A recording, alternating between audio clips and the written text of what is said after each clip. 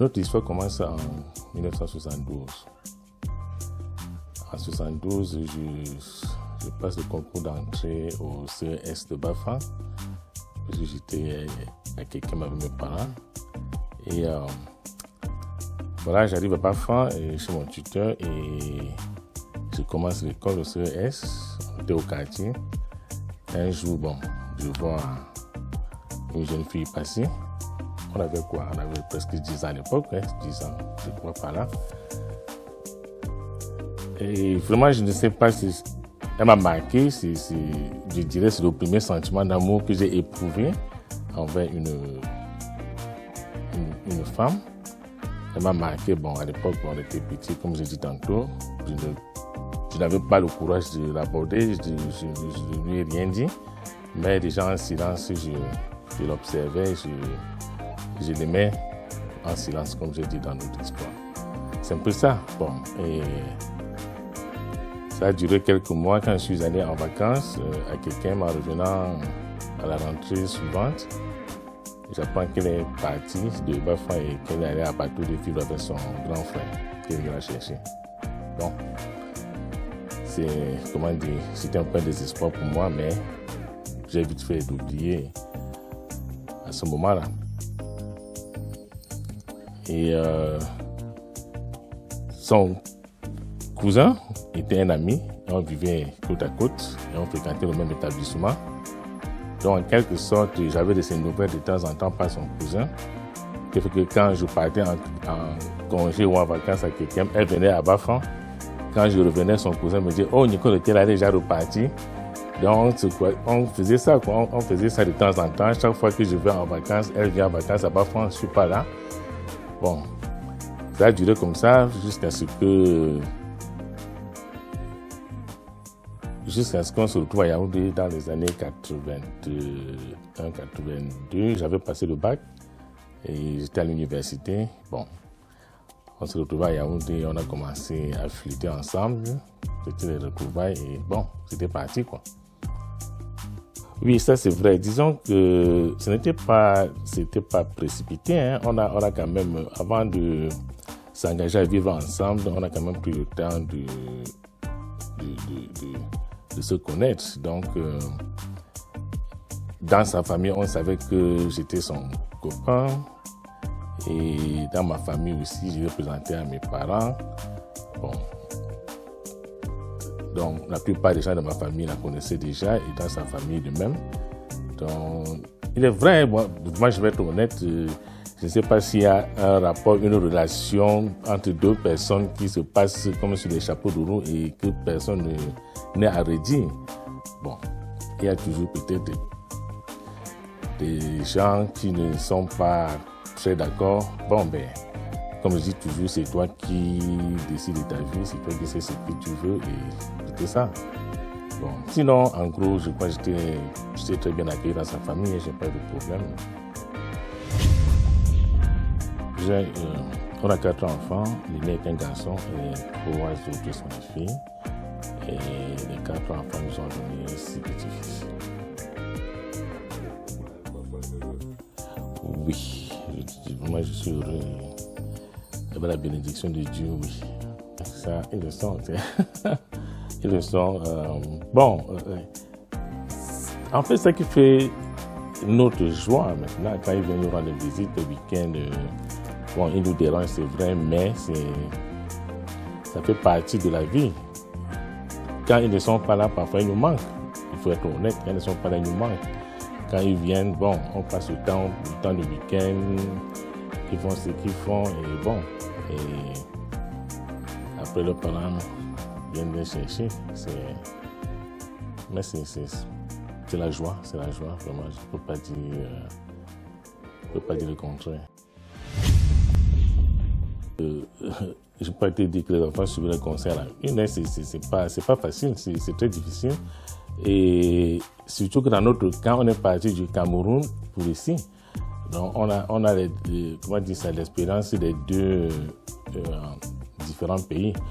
Au Cameroun, c'est un peu plus facile parce que là, l'enfant, c'est l'enfant du village. Hein, tu n'es pas le seul avec tes enfants. Même le voisin corrige l'enfant, ainsi de suite. La famille corrige l'enfant. Ou le quartier, tout le monde. Si on voit qu'un enfant fait quelque chose qui n'est pas bien, on le corrige, on vient même te dire. Mais quand on est arrivé ici, c'était très différent. Hein, c'est différent. Et dans la société américaine, là, bon, je ne vous apprends rien. Hein, c'est la famille nucléaire. Et quand les enfants sont arrivés ici, ils étaient tous des teenagers avec les relations à l'école, les relations des amis. C'était vraiment un très, très gros challenge, pour être honnête. C'était un gros challenge. Il fallait beaucoup, comment dire ça, beaucoup de sacrifices pour leur parler, insister. Comme tout le monde, hein, même nous quand on était enfants, ce n'est pas, on n'a pas toujours obéi à nos parents. Hein, ça, bon, on comprenait. Mais aujourd'hui, bon, ils savent, ils ont grandi, ils sont les parents et ils comprennent ce qu'on leur disait. Donc, vraiment en matière de femme, en matière d'épouse, je crois qu'elle a donné tout ce qu'elle pouvait, tout ce qu'une femme donne à son mari. Vraiment, l'amour, le soutien, le réconfort, tout vraiment. Ce côté-là, je lui tire un chapeau. Et je ne sais pas si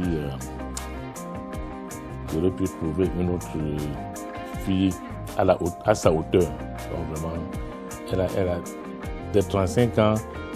Bon, comme j'ai dit dans notre histoire, ça n'a pas été long fleuve tranquille. Chaque couple a ses challenges. On a des problèmes de temps en temps, mais comme on dit dans la Bible, le soleil ne doit pas se coucher sur ta colère. C'est normal qu'on se fâche de temps en temps, mais ça c'est passager. On se soutient, on avance, et c'est ça. Bon, vraiment pour être honnête, je le dis encore et je lui tire le chapeau. Elle a été vraiment exemplaire à la hauteur. Je ne peux pas dire le contraire, quoi. Non, en termes de têtutesse, je ne sais pas. Les enfants sont différents. Hein. Quand on parle de têtutesse, bon, Dieu merci, nos enfants ont grandi au Cameroun. Du moins, la base, c'est au Cameroun. Et ce qui fait que déjà, ils avaient pris cette culture du respect des parents. Okay? Donc, même quand ils ne sont pas d'accord avec quelque chose qu'on leur dit, c'est un peu différent de la société dans laquelle nous vivons, où l'enfant se met devant son père, puis devant sa mère, dit que non, je ne le fais pas. Non.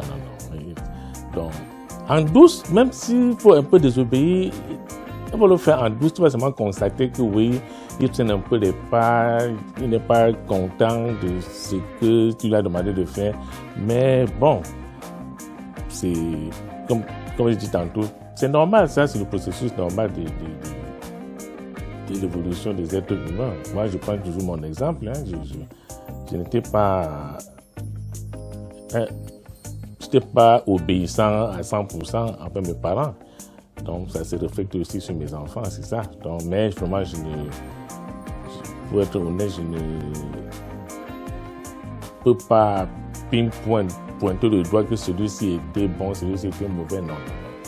Ils ont été chacun à la hauteur. Vraiment, ils nous ont donné ce qu'on attendait d'eux. Le mariage, c'est l'union entre deux êtres imparfaits. Donc chacun vient avec ses défauts et vous mettez vos défauts dans un même panier. Alors, il faut apprendre à accepter l'autre tel qu'il est dès le départ. Et vous fixez des objectifs. Savoir pardonner. Savoir se supporter l'un l'autre. Ne pas trop critiquer, ne pas trop, on dit au village, remuer le couteau dans la plaie. Parce qu'il y a des problèmes qui vont survenir dans un ménage, comme dans tout ménage, mais quand le problème est résolu, il ne faudrait pas revenir dessus, répéter la même chose, ça met mal à l'aise. Donc, il faut éliminer ce qui n'est pas bon, prendre ce qui est bon et avancer avec. S'il y a des erreurs, vous vous pardonnez, vous communiquez dans, comment dire ça, sans hausser de ton. Bon, ce n'est pas pour dire qu'il ne doit pas arriver le moment où les énervements sont tels que on peut même bagarrer, mais ce n'est pas ça l'essentiel, ça ne va pas résoudre le problème. Donc, et aussi, surtout, le point le plus important, il faut donner sa vie à Dieu. Bon, déjà, pour faire rire, je ne suis pas un comédien, je ne sais pas dire des blagues, mais sinon, vraiment, à tous ceux qui seront là ou bien ceux qui viennent pour nous supporter, pour nous aider à célébrer cet événement, vraiment, je leur dis infiniment merci. Merci parce que ce n'est pas toujours facile de sacrifier son temps, sacrifier son travail pour venir dans ce genre d'événement. Donc je dis merci à tous ceux qui nous aident, tous ceux qui nous ont supportés, tant moralement que matériellement. Vraiment, ça me va droit au cœur et vraiment, je prie que le Seigneur bénisse abondamment tous nos invités et qu'il nous garde sains et saufs. Tous ceux qui viendront, que le Seigneur soit le pilote, que le Seigneur soit le chauffeur des différents moyens de locomotion qu'ils vont emprunter et qu'ils ramènent chacun à domicile sain et sauf. Et comme ce sera le 23-24, la fin d'année, je leur souhaite par anticipation les meilleurs vœux de fin d'année. Que Dieu les bénisse. Que Dieu bénisse tout le monde. Merci.